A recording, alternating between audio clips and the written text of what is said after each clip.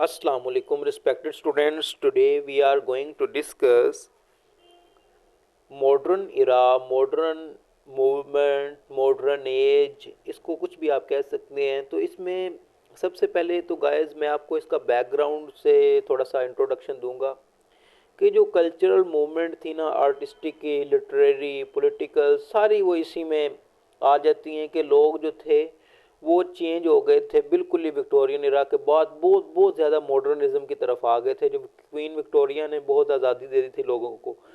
अब उसके बाद इसकी मैं इनोवेशन की बात करूँ, रिटर्न वर्क में जो इनोवेशन आई, फ्री वर्स लोगों ने लिखना शुरू कर दिया, लैंग्वेज स्ट्रक्चर चेंज हो गया, सब्जेक्ट मैटर, कॉम्प्लेक्स इमोशंस आ गए।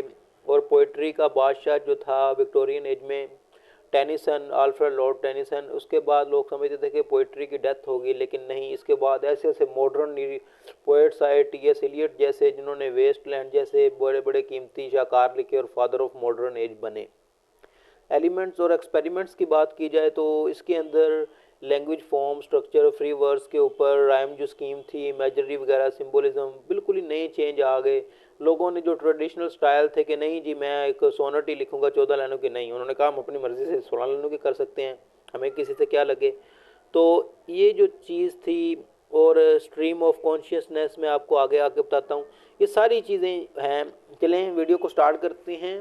तो पहली लाइन में the modern era also known as the modern age और modern period was a historical time period that spanned the years 1500 to 1945। ये मॉडर्न एज है जो हिस्टोरिकल टाइम के मुताबिक 1500 से लेकर 1945 तक आती है। The modern Ira occurred following the middle ages and can be further divided into two periods, early modern period and late modern period। The early modern period from 15 to 1800 included Renaissance, Reformation and Enlightenment। The late modern era was primarily focused on key historical events in 19th and 20th century and the World War 19। So these are the background of all our modern era। Now we will discuss only on modern era of 1945, 1930 to 1945। So sorry 1900 to 1945, ये जो modern age है अब हम सिर्फ इसको discuss करेंगे। तो इसी तरह से गाइस अगर मैं इसके पॉइंट्स ऑफ व्यू की बात करूं तो यहाँ पे आपको सबसे पहले The modern age in English literature started from the beginning of the 20th century and it followed the Victorian age। The most important characteristics of modern literature, इसकी जो सबसे अहम करेक्टरिस्टिक्स हैं वो ये हैं कि general attitude of life and it's problems bye Victorian writers.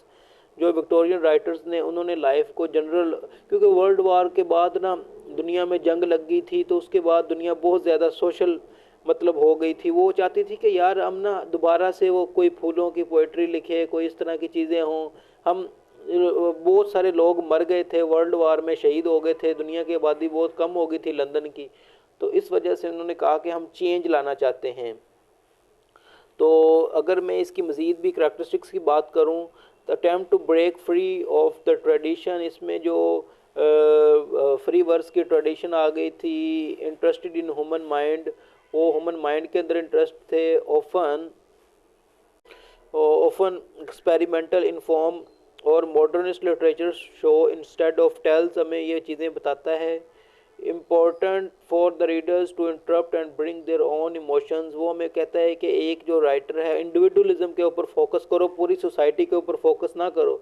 अगर एक वाहिद इंसान चाहता है अपनी वो एक्सप्रेस करना चाहता है अपनी ओपिनियन को, तो उसकी भी बात सुने। स्ट्रीम ऑफ कॉन्शियसनेस क्या है कि राइटिंग एक ना जो राइटर का और उसको जो पढ़ने वाले का आपस में जो कनेक्ट बन जाता है थॉट्स का, वो जैसे जैसे पढ़ता जाता है उसके माइंड में एक इमेजरी बनती जाती है, उसको स्ट्रीम ऑफ कॉन्शियसनेस कहते हैं। Writing and upon sentences, lack of punctuation, letter no capitalization, many of these writers wrote for many years this time period but they got their start here. So guys इसी तरह से वही बात आ गई world war से first की, कि जो वर्ल्ड वार फर्स्ट थी वो उसमें बहुत सारे लोग जो थे 1914 से लेकर 1918 तक थी। उसमें बहुत सारी दुनिया में ना पूरी जंगें हो गई थी, ये वर्ल्ड वॉर थी, ये कोई एक आधे मुल्क की जंग नहीं थी। इधर से ये वो फ्रांस का जो फर्डिनेंड एक था वो गया जनरल उधर अमेरिका में, उन्होंने उधर से वो कोई अमन का पैगाम लिखने गया इन्होंने, और जापान में और एक ही मुल्क के उन्होंने उनका कर्नल मार दिया।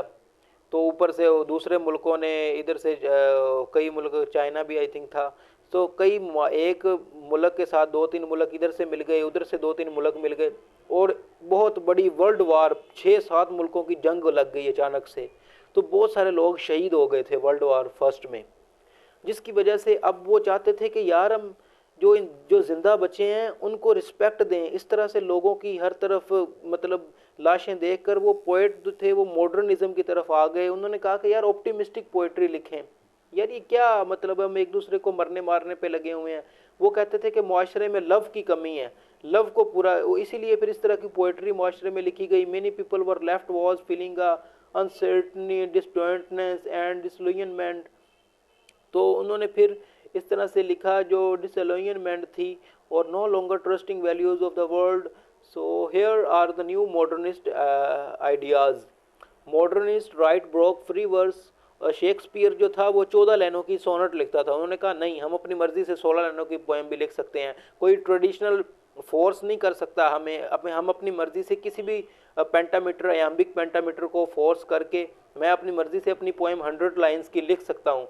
अगर जॉफ्रे चौसर ने कॉन्टरबरी टेल्स लिखा था तो नहीं, मैं अपनी मर्जी से, कोई किसी ने कहा कि मैं नावल अपनी मर्जी से लिखूंगा, किसी ने कहा मैं अपनी पोइट्री अपनी मर्जी से करूंगा। तो लोगों को एक जो स्ट्रिक्ट था विक्टोरियन रूल था वो ख़त्म हो गया।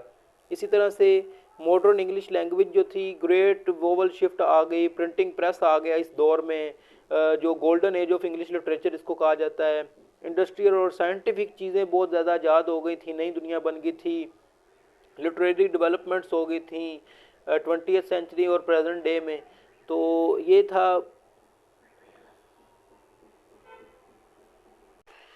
तो इसी तरह से गाइस अभी हम इसमें टेक्निक्स का डिस्कस करें तो इसमें ओपन वर्स आ जाता है कि जो मॉडर्निज्म वाले लोग थे उन्होंने अपनी मर्ज़ी से, शेक्सपियर जो था वो 14 लाइनों की सोनेट लिखता था, उन्होंने कहा कि नहीं, हम अपनी मर्ज़ी से 16 लाइनों की पोएम लिख सकते हैं। किसी ने कहा मैं नहीं जी, मैं तो 100 लाइनों का अपना आयाम्बिक पेंटामीटर फॉलो करूँगा। तो इस तरह से जो लोगों ने अपना एक कन्वेंशनल सोच बनाई, ट्रेडिशनल सोच से निकले, उन्होंने अपनी क्रिएटिव टेक्निक्स बनाई, सिंबोलिज्म का कॉन्सेप्ट हमें मिलता है, इमेजरी का मिलता है, उन्होंने मेटाफर का यूज़ करना स्टार्ट कर दिया। इसी तरह से एक्सपेरिमेंटेशन आ गया, जो modernist literature use a variety of innovative strategies that defied accepted principles of narrative structure, the use of mixed images and themes, absurdity, non clear tales आ गई। तो इंडिविजुअलिज्म में उन्होंने कहा कि सोसाइटी पर फोकस ना करो, बल्कि एक बंदा जो अपनी राय दे रहा है उसको भी सुनो, ये क्या कह रहा है। तो